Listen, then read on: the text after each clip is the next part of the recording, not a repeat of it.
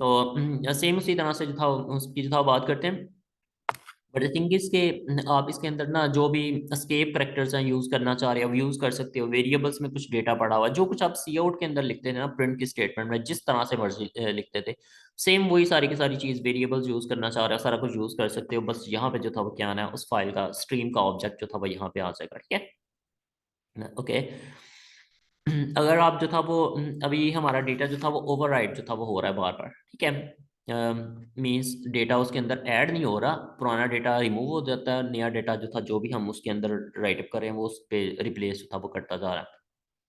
तो by default यहाँ पे ना जो फाइल का मोड था वो हमने मेंशन नहीं किया हुआ। तो डिफ़ॉल्ट मोड क्या होता है, ओवरराइट मोड होता है। ठीक है, अगर यहाँ पे फाइल का मोड आपने मेंशन करना है तो देन आप कॉमा लगा के फाइल का मोड भी मेंशन कर सकते हो कि किस मोड के अंदर इस फाइल को ओपन करना है।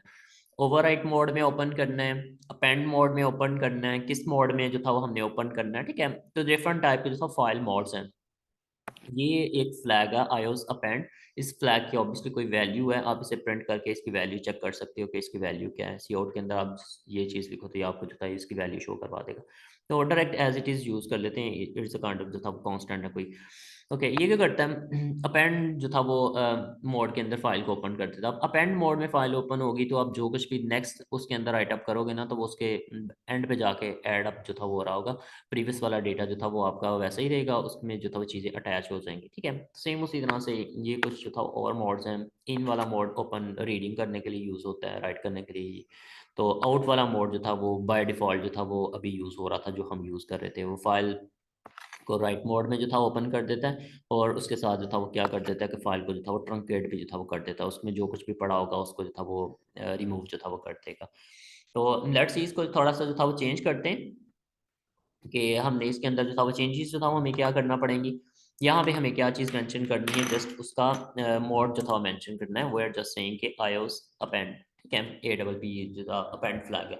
तो हम इसको दोबारा से कंपाइल करते हैं, देन जो था वो जाके चेक करते हैं कि हमारी फाइल के अंदर क्या पड़ा होगा। ठीक है, तो सी मैं इसे जो था वो 3 टाइम्स जो था वो रन कर लेता हूँ। उसके में पहले कुछ पढ़ा हुआ था। ठीक है, 3 टाइम्स मैंने फर्दर रन किया तो इट मीन्स इसके अंदर जो था 4 सेंटेंसेस जो था वो होने चाहिए। ठीक है, तो ये एक पहले ही था, ये 3 जो था फर्दर मोड इसमें आ जाएंगे। जितनी दफ़ा रन करोगे तो वो उसके एंड पे ना वो चीज़ अटैच करता जाएगा। अगर आपने यूज़र से लेके कुछ इसमें राइटअप करवाओगे तो ऑब्वियसली वो कुछ डिफरेंट आ रहा होगा। अभी सेम में मैंने डबल कोट्स के अंदर कोई चीज़ लिखी हुई है तो वो सेम चीज़ बार बार आ रही है। ठीक है, ओके। आप इसे इस तरह से भी कर सकते हो, यूँ। ठीक है, देन आपको ओपन का फंक्शन नहीं लिखना पड़ेगा, आप यहाँ पे डायरेक्ट मेंशन कर सकते हो। अगर इस टाइम पे आपको नहीं पता, बाद में करना चाह रहे हो तो देन आपको ये इस तरह से ओपन का फंक्शन जो था वो यूज़ करके इसको जो था वो कॉल करना का पड़ेगा। ओके, होपफुली ये आपको जो था वो इतना क्लियर हो गया होगा क्या कि ये डेटा इसके अंदर राइट किस तरह से करते हैं। अभी कुछ प्रैक्टिस वगैरह करते हैं, कुछ हमारे पास टास्क आते हैं तो उसकी जो था वो प्रैक्टिस करते हैं। पहले सिंपल चीज़ें जो था वो देख लेते हैं। ओके, रीड जब हमने करना है ना फाइल को, तो हमें वन बाय वन जो था वो ऑब्वियसली उसमें डिफरेंट लाइंस होंगी ना, तो डिफरेंट लाइंस हमें उसमें जो था वो रीड जो था वो करवाना पड़ेगी। तो वापस आ जाते हैं यहीं पे, इसी फाइल को जो था वो रीड जो था वो मैं करवा लेता हूँ कि इस वाली फाइल को जो था वो किस तरह से रीड जो था वो करवाएंगे। लेट से मैं इसका नाम आई फाइल कर लेता हूँ और रीड करने के लिए इफ़ स्ट्रीम जो थी वो यूज़ होगी। ठीक है, फाइल्स को रीड करने के लिए कौन सी स्ट्रीम यूज़ होती है, इफ़ स्ट्रीम। राइट करने के लिए कौन सी यूज़ होती है, ऑफ स्ट्रीम। ठीक है, नेम मैं चेंज ना भी करूँ तो उससे फ़र्क नहीं पड़ता, लेकिन मैं जस्ट जो था कन्फ्यूजन को अवॉइड करने के लिए यहाँ पे स्ट्रीम का नेम जो था वो मैं चेंज कर लेता हूँ। आई फाइल मीन के मैं जो था इनपुट फाइल है ये मेरे पास रीड हो रही है। अब यहाँ पे मैं ये चीज़ नहीं लिख सकता, मैं जो कुछ रीड करूँगा ऑब्वियसली वो रीड होके सारे का सारा इसके अंदर स्ट्रिंग डेटा टाइप जो था वो पड़ी हुई है। ठीक है, स्ट्रिंग सारी की सारी पड़ी हुई है।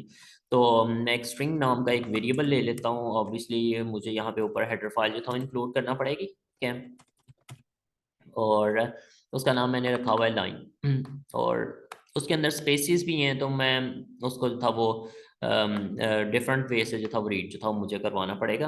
मैं पहले आप यूज़र से कुछ रीड करवाना होता था तो आप इस तरह से करके लिखते थे ना, जो करके। ठीक है, अब मुझे फाइल से रीड करवाना है तो मैं यहाँ पे आई फाइल जो था वो लिखूंगा। ठीक है, स्ट्रीम का जो भी नाम है, और अभी इसके अंदर स्पेसिस हैं, ये स्पेसिस रीडिंग करवा पाएगा तो मुझे गेट लाइन का मेथड यूज़ करना पड़ेगा। हम जस्ट सेइंग कि गेट लाइन। ठीक है, और मैं इसे कहता हूँ कहाँ से रीड करना है। पहले आप यहाँ पे सीन लिखते थे, ठीक है, और इस तरह से करके जो था वो लिखते थे, ये आपसे जो था वो विद स्पेसिस एक जो था वो लाइन रीड करवा देता था फ्रॉम द कंसोल।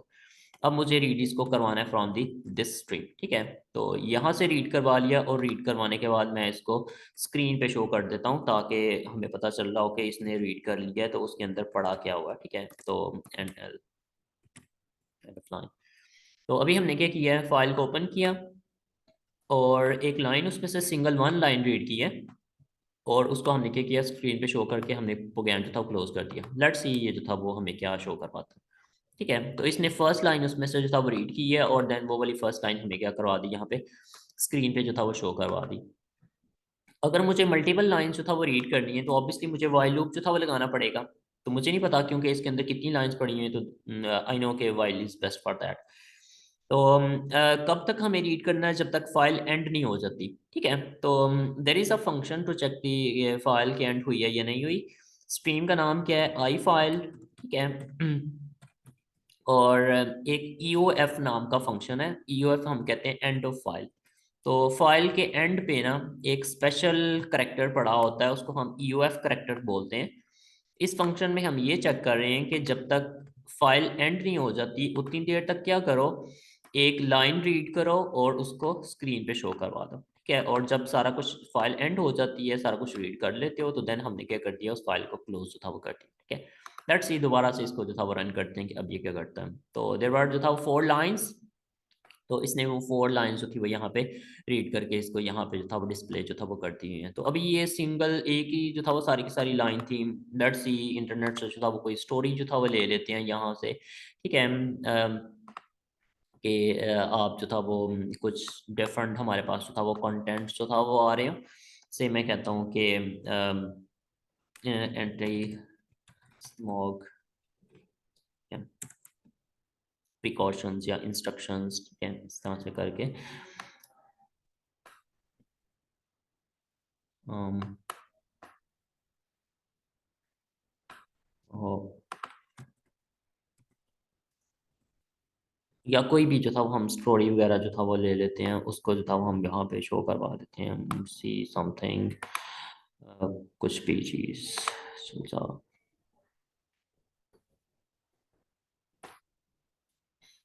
ओके, मैं इसको यहाँ से अंदर से 4 5 लाइन्स यहाँ से कॉपी कर लेता हूँ, और मैं इसको जाके इस फाइल के अंदर राइटअप जो था वो करता हूँ। एंड देन जो था वो इसको जो था वो फाइल को हम क्लोज कर देते हैं, और दोबारा से मैं इस प्रोग्राम को जो था वो रन करता हूँ। एंड लेट्स सी के हमने अभी जो उसमें प्लेस किया हुआ था ये उस फाइल को रीड कर पा रहा है, ठीक है। मैंने उसके अंदर ये कंटेंट्स प्लेस किए हुए थे, तो ये एक एक लाइन जो था उसमें से रीड करके यहाँ पे मुझे डिस्प्ले जो था वो कर रहा है।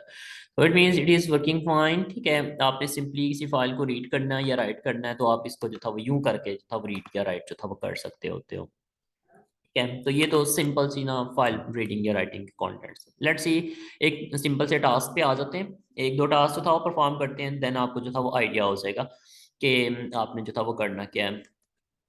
ओके, ये हमने फर्स्ट वाला टास्क था कर लिया हुआ है। सेकंड वाला टास्क था रीडिंग